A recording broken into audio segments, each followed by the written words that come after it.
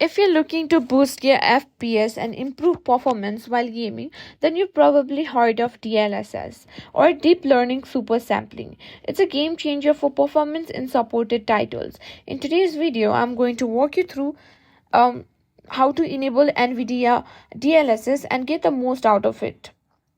First, let's quickly cover what DLSS is. It is a technology developed by Nvidia for their RTX GPUs. It uses AI and machine learning to upscale lower resolution images in real time, giving you a higher quality picture with better performance. Now, before we enable DLSS, let's make sure the game you're playing support it.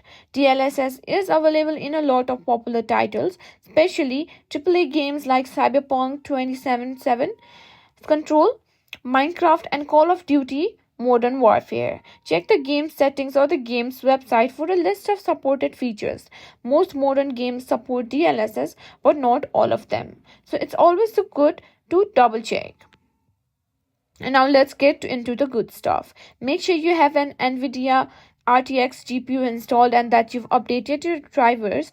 To do this, open GeForce Experience and click on drivers. If there's an update, go ahead and install it. Open the game that you want to enable DLSS in. Head to the graphics settings or display settings in the game menu. This is where you usually find the DLSS option. Look for the DLSS option. It might be under the graphics, video, or display section, depending on the game. Once you find it, you'll typically see a drop-down menu with different settings.